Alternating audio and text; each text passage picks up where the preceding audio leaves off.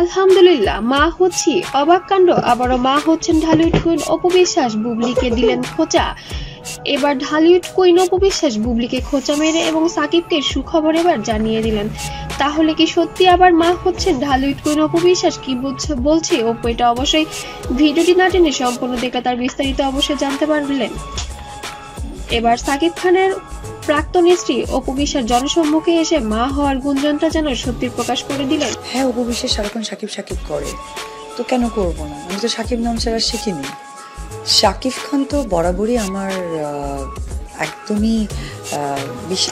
তার ছেলে সন্তান আব্রাহাম খান জয়ের আবদারে এবার বোনের আবদার পূরণ করতে যেন আবারও মা হতে চলেছে এই দম্পতি। তবে এখানে ইশারা ছিল সাকিবের দিকেও খুব একটা কম না। সাকিবও চেয়েছিল যে আরেকটা সন্তান হবে এবং তার ছেলে জয়ও চেয়েছিল যে তার বোন আসবে। আমার সন্তানের প্রতি আমার ভালোবাসা থাকবেই, অ্যাটলিস্ট আপনার সন্তানের প্রতি। এবং সাকিব এবং জয়ের দুজনের চাওয়াতে এবার আবারও মা হতে চলেছে ঢালিউড কুইন।